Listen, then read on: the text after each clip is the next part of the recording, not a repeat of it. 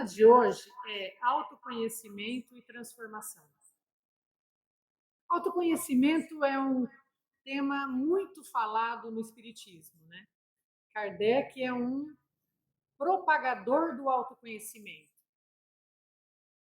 O verdadeiro espírita é aquele que se transforma, e não se transformamos sem o conhecimento do nosso espírito. Existe no mundo atualmente uma guerra acontecendo. Existe uma guerra acontecendo lá na Europa. Na verdade, quando é que não teve guerra nesse planeta? Nós, desde que existimos, desde os tempos mais primitivos, o grupo humano vive brigando, vive em guerra. Então, existe uma guerra. Apesar de há 2000 anos Jesus ter aparecido na Terra, ter nos informado sobre a necessidade de amarmos, de sermos solidários, caridosos, de solidariedade, de perdão, para que a gente pudesse viver sem conflito. Mas, mesmo assim, cá estamos nós brigando. Continuamos brigando. Quem é que não quer um mundo melhor, não é mesmo? Quem é que não quer uma sociedade transformada, uma sociedade pacífica? Quem é que não quer o tal do mundo regenerado? Uma sociedade melhor. Mas para que uma sociedade seja melhor, nós precisamos transformar os componentes dessa sociedade. Uma sociedade é formada por um grupo de pessoas, por um grupo de indivíduos.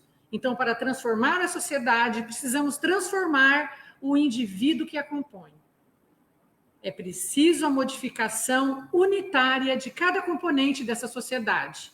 Só assim nós vamos transformar essa sociedade numa sociedade mais pacífica.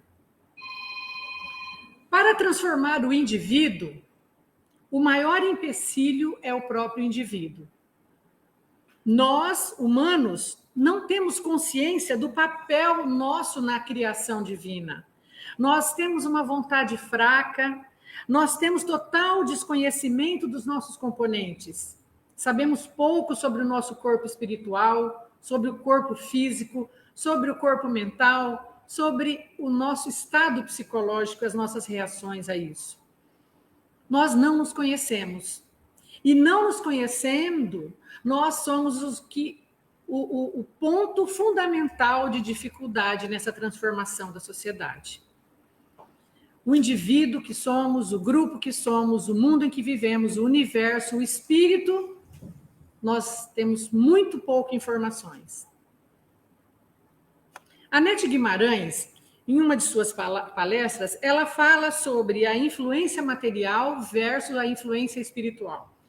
Ela fala que no começo da formação do mundo, no começo desses mundos primitivos, a influência material se sobrepõe à influência espiritual.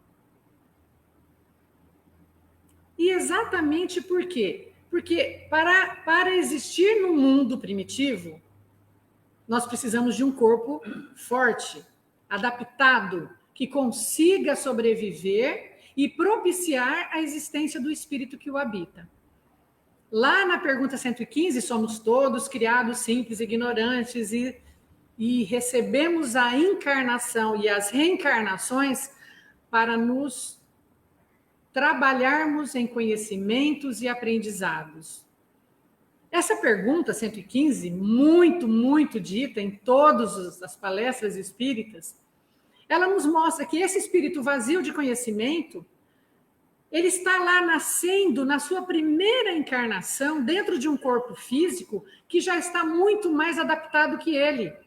O corpo físico que já está circulando nesse planeta e que foi se transformando até o ponto de ficar pronto para receber a encarnação de um espírito, ele já está adaptado.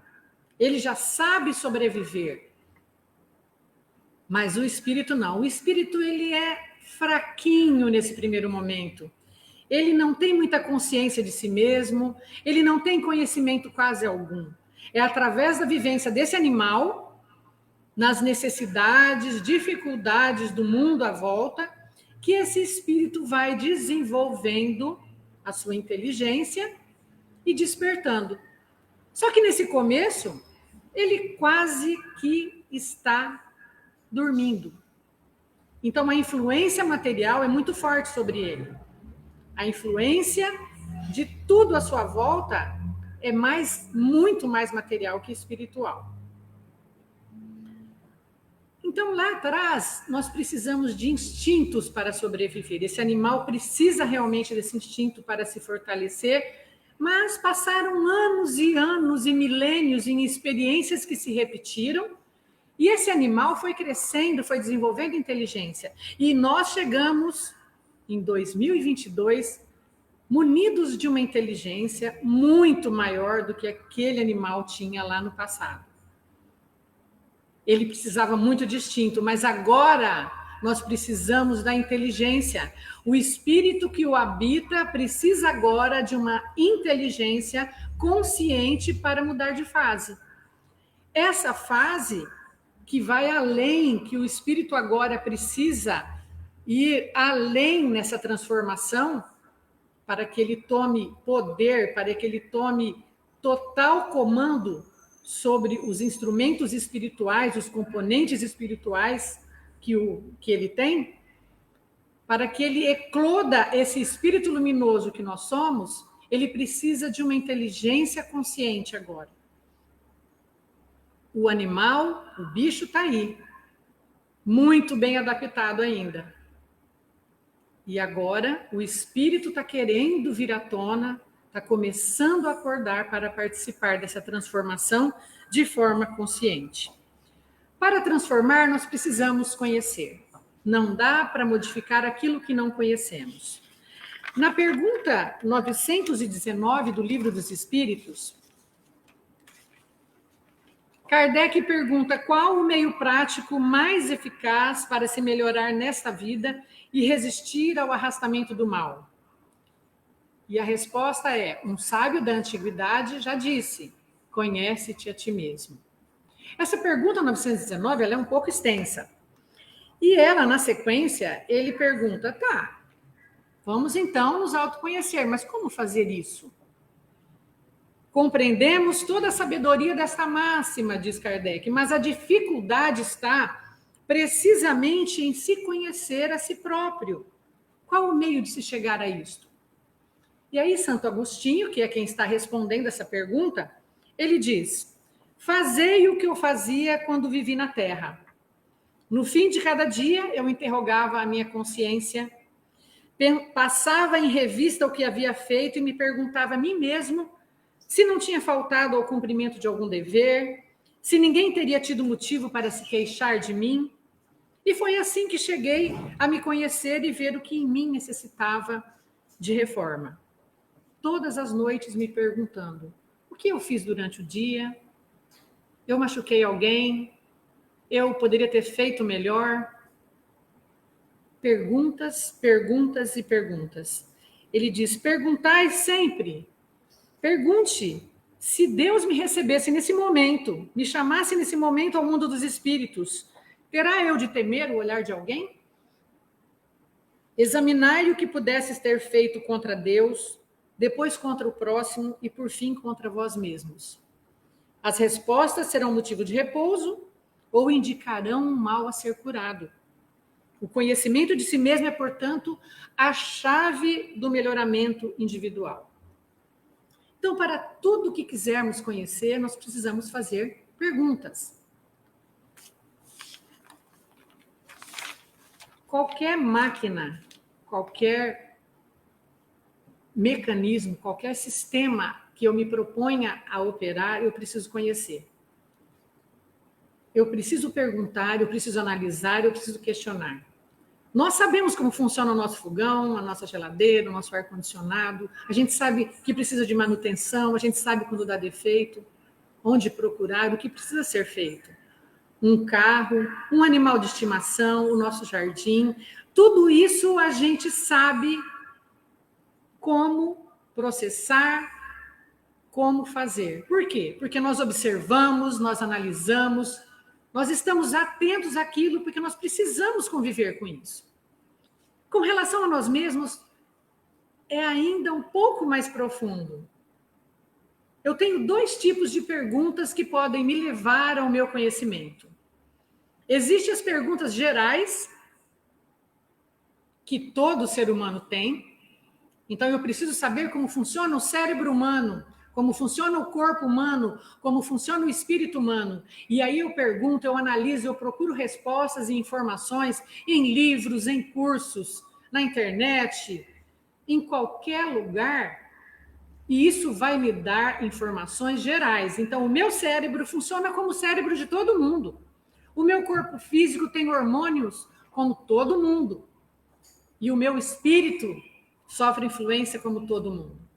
Saber disso me dá informação, me dá autoconhecimento sobre o funcionamento dessa máquina, dessa complexidade que é este ser. Mas além dessas perguntas gerais, eu tenho as perguntas pessoais. Porque todos nós temos uma história de vida diferente um dos outros. Nós temos vivência, nós temos experiências, nós temos encarnações únicas. Uns têm mais, outros têm menos. Nós saímos de uma com coisas bem resolvidas, mal resolvidas. Cada um escreveu a sua história conforme o seu livre-arbítrio, o seu ritmo, os seus gostos. Então, essas perguntas específicas, ela tem que ser feita dentro de nós. Enquanto aquela pergunta geral ela é analisada, observada, pesquisada fora, essa outra é pesquisada dentro, no âmago, na introspecção do nosso ser. No dia a dia das nossas atitudes. Por que é que eu estou triste? Por que é que eu estou alegre? Por que senti tanta raiva? Por que me emocionei? Por que me calei? Por que isso me dói? Por que isso mexe comigo? Em todas as emoções, em todos os momentos da nossa vivência, nós vamos nos perguntando o porquê que nós agimos e reagimos de determinada maneira. E aí sim, juntando essas 2 coisas, esses 2 tipos de perguntas, nós vamos nos aprofundando no autoconhecimento. Conhecendo o ser complexo, que eu sei, quando eu descubro de mim, eu descubro de você, eu melhoro as minhas relações, eu aprendo sobre as relações, eu aprendo sobre o meio ambiente, eu aprendo sobre tudo. E quando eu descubro sobre mim mesma, eu melhoro as minhas atitudes, conserto os meus defeitos e adquiro as virtudes em cima dos vícios que vou perdendo. Porém, antes de iniciar esse método de perguntas e perguntas e perguntas, é necessário considerar um ponto que Santo Agostinho ainda nos traz. Ele nos diz o seguinte, na mesma pergunta, a pergunta 919 ela é bem extensa. E lá na pergunta 919 ele fala, o conhecimento de si mesmo é, portanto, a chave do melhoramento individual. Mas direis, como julgar a si mesmo? Não se terá a ilusão do amor próprio que atenua as faltas e as torna desculpáveis? O avaro se julga simplesmente econômico e previdente. O orgulhoso se considera apenas cheio de dignidade. Tudo isso é muito certo, mas tendes um meio de controle que não vos pode enganar. Quando estáis indecisos quanto ao valor de uma das vossas ações, sobre a sinceridade da resposta das nossas perguntas, perguntai como que a gente a classificaria se tivesse sido praticado por outra pessoa. Muda de lugar. Questiona mudando de lugar. O que eu fiz é perdoável? Se alguém tivesse feito comigo, eu iria entender? Eu iria considerar um erro, um desacerto ou não? Se a censurardes em outros, ela não poderia ser mais legítima para vós, porque Deus não usa de 2 maneiras para a justiça. Procurai também saber o que pensam os outros. E não negligencies a opinião dos vossos inimigos. Porque eles não têm nenhum interesse em disfarçar a verdade. Geralmente, Deus os coloca ao nosso lado como um espelho para nos advertir com mais franqueza aonde está a nossa falha. Assim como faria um amigo. Então, a observação da reação àquilo que nós provocamos, ela nos ensina muito sobre a sinceridade da análise que nós vamos fazer. Então, olhamos e a gente analisa. Será que eu agiria da mesma maneira com um ente querido? Será que essa pessoa agiria da mesma forma comigo e eu a perdoaria? Coloque-se no lugar do outro. Eu falo sempre que as relações humanas, elas são muito, muito indicativas e ajudam muito no desenvolvimento psicológico. Independente da gente estar vivendo num tempo que, na minha infância, por exemplo, não tinha psicólogo. A gente morava numa cidade pequena, eu acho que quem morava aqui sabe, quem já mora aqui há muito tempo, não tinha psicólogo. Era muito difícil esse profissional, só nos grandes centros. Então, não dava para fazer uma análise mais profunda. A gente tinha que se virar com o que tinha, se virar sozinha. E aí a gente ia convivendo. E eu falo que nós temos nas relações o que eu chamo de choque terapêutico. A gente vai levando as relações familiares, profissionais, de amigos, as passionais, e a gente expõe aquilo que a gente é. E aquela pessoa do lado de lá, às vezes, aguenta coisas que a gente faz muito tempo.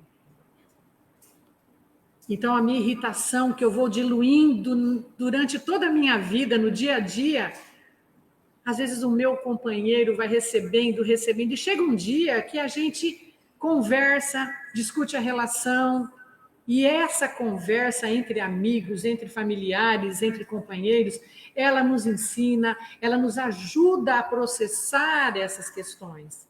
Mas às vezes não se dá em conversa, não. Às vezes se dá é briga mesmo.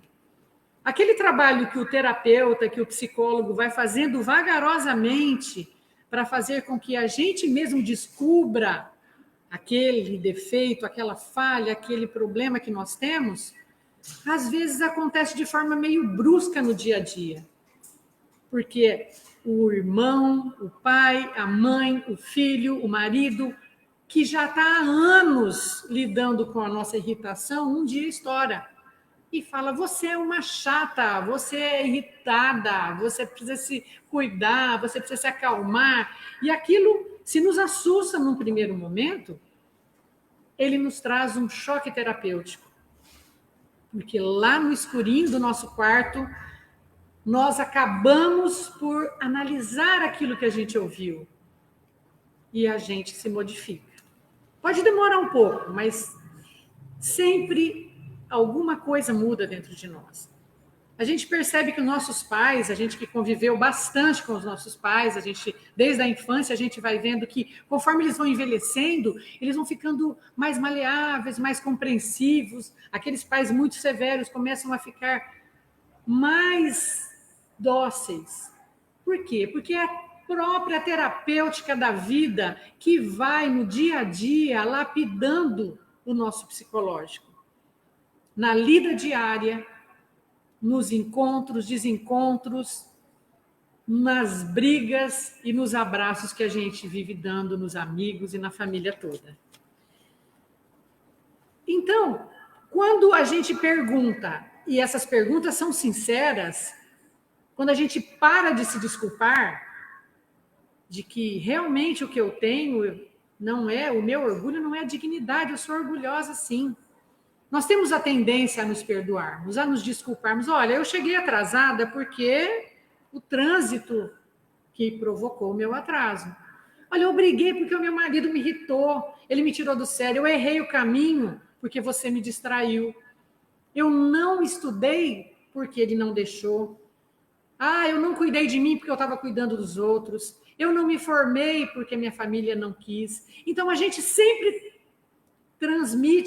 transfere para o outro uma deficiência que nós temos.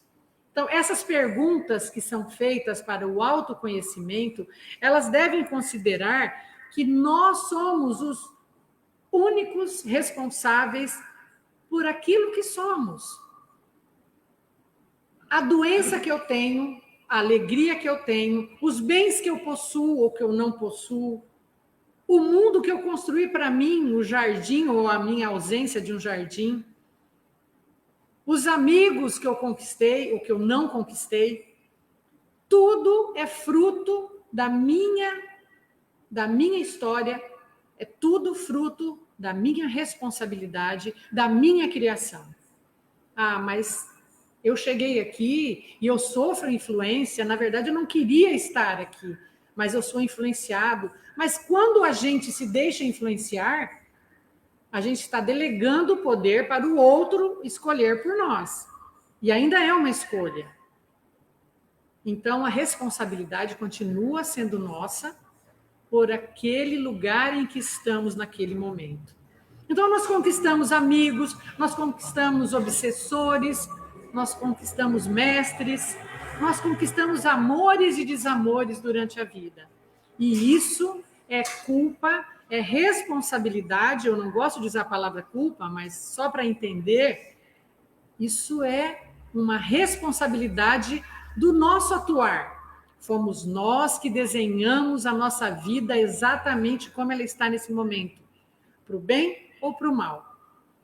E se nós estamos num determinado lugar, vivendo coisas que a gente não escolheu, é um bom indício de que a gente precisa mesmo fazer um trabalho de autoconhecimento, porque nós não estamos conhecendo essa pessoa que nós somos e nós estamos delegando esse poder a outro, que está conhecendo a gente melhor que a gente, está comandando a nossa vida.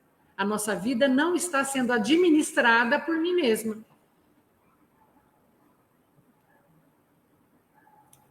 Isso assusta um pouco, saber que a responsabilidade é toda minha.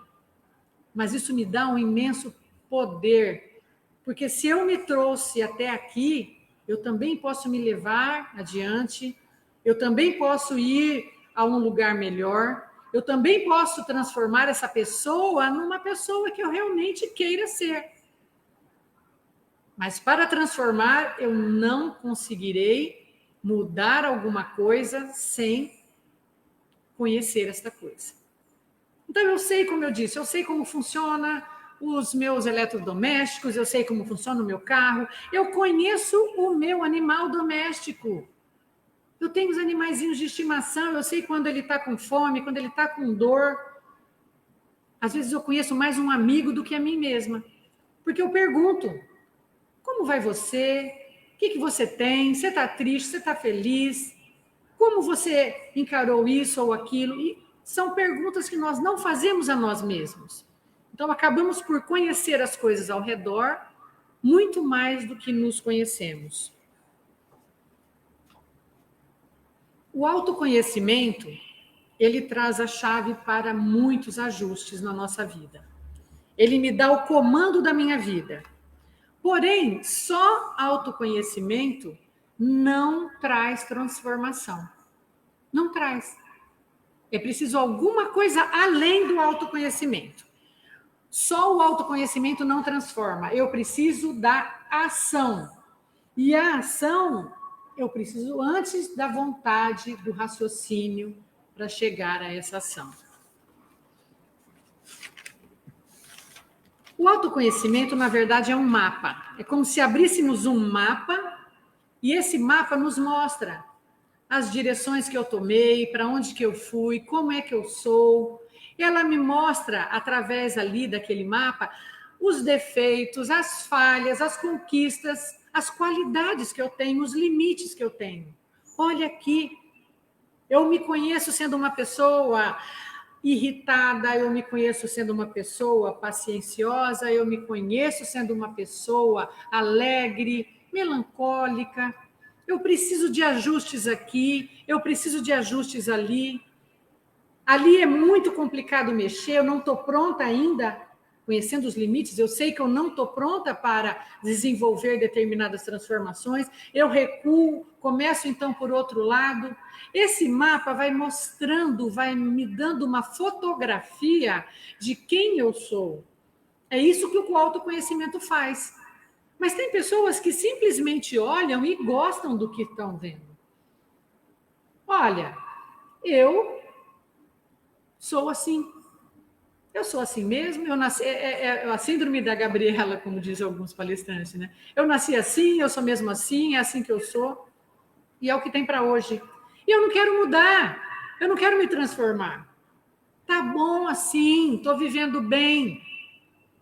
E existe aquele também que chega no autoconhecimento e se assusta tanto e não gosta do que ele vê.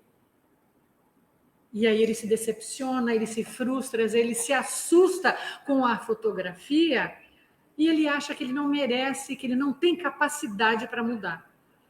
Então ele se deprime. Nossa, como eu sou feio, olha só o que eu fiz, que pessoa má, que pessoa terrível. Eu não mereço transformar. E aí ele fica parado, ele fica estagnado no tempo. Esses dois exemplos são exemplos de autoconhecimento que não gera transformação. Por opção, porque eu estou achando bom, ou por opção, porque eu estou achando ruim. Ora, mas Deus não criou uns seres mais virtuosos do que outro. Nós fomos criados todos iguais, aptos à transformação. A transformação, a mudança é uma característica básica humana. Nós nascemos vazios e nascemos e renascemos para nos preencher de conhecimento. E isso é se transformar, isso é se mudar. Então não tem esse negócio de que eu não posso me modificar. Eu nasci assim? Eu nasci assim, não. Eu nem assim nasci, eu fui me transformando assim, nem lembro mais, porque parei de me analisar, não sei onde é que eu me transformei nisso que sou hoje. Mas eu posso modificar isso sim. Então, para que a transformação, para que o autoconhecimento efetivamente traga uma transformação no nosso espírito, é preciso que eu ative primeiro a vontade. Eu tenho que ter a vontade de modificar. Tá, tenho que ter a vontade. Então, olha, eu não quero mais isso, eu quero me transformar em uma pessoa melhor. Depois de ativar a minha vontade, eu vou partir para o meu raciocínio. Raciocinar em cima desse mapa que está exposto. Então, no autoconhecimento, eu colho os dados, ativo a minha vontade, porque eu percebo que eu preciso modificar, raciocino aonde eu vou começar essa mudança, aonde eu posso efetivamente, né, ter um melhor resultado, por onde que eu começo, e aí eu parto para a ação. O que eu preciso fazer para me transformar numa pessoa mais calma, mais tranquila? Como é que eu controlo a minha raiva? Por que é que eu estou com tanta raiva?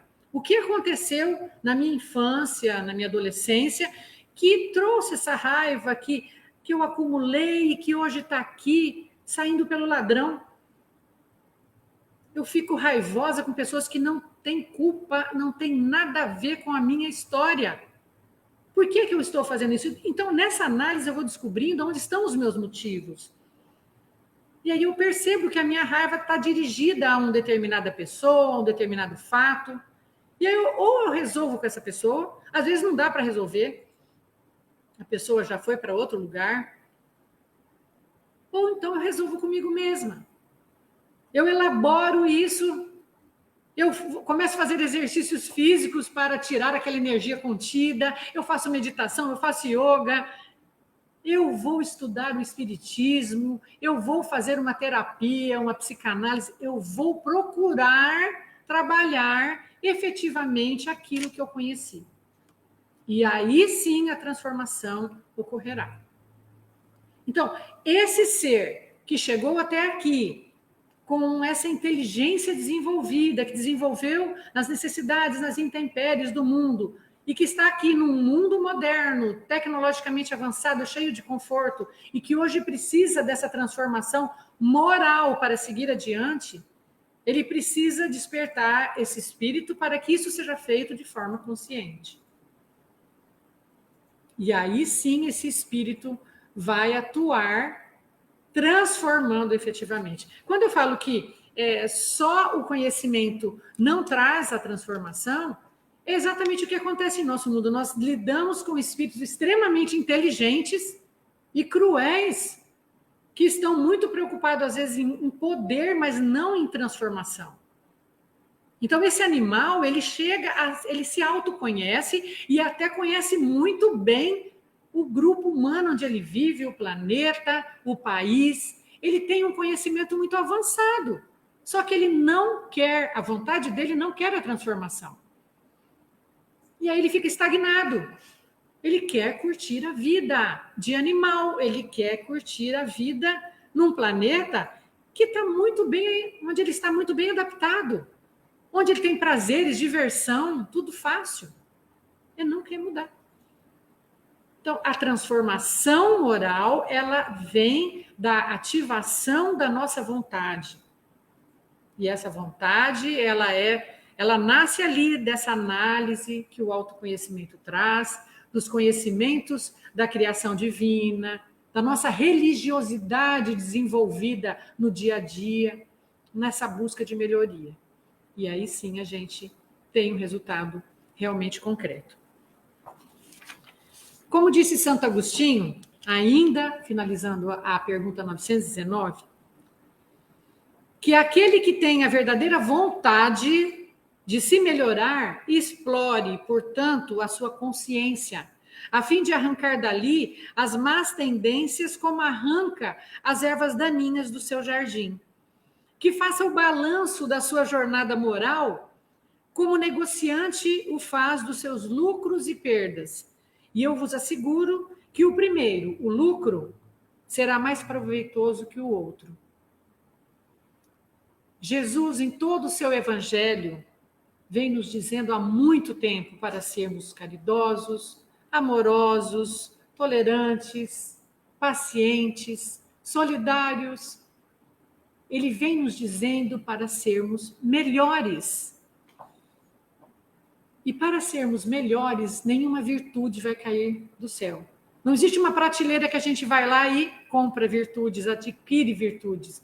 Essas virtudes são desenvolvidas dentro de nós.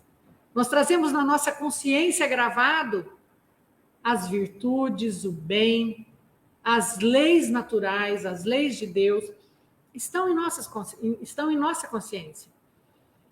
Então é preciso despertar essas virtudes. Não basta, pois, conhecer, é preciso transformar. Tudo se trata, tudo se resolve na transformação. Transformação moral para brilhar o espírito luminoso que todos nós somos. É disso que falou Jesus. Precisamos transformar o animal racional em um espírito luminoso, um espírito de luz. E para fazermos essa transformação, não conseguiremos sem o autoconhecimento. É no autoconhecimento que começamos. Porque ninguém muda, ninguém sublima, ninguém transforma, ninguém melhora aquilo que não conhece. Eu agradeço muito a atenção de todos. É uma alegria realmente poder repartir e estudar junto com vocês. E eu desejo que nós todos tenhamos uma ótima noite, uma ótima semana. Obrigada pelo convite. E que Deus nos abençoe e ilumine todos nós, todo o nosso lar. Muito obrigada.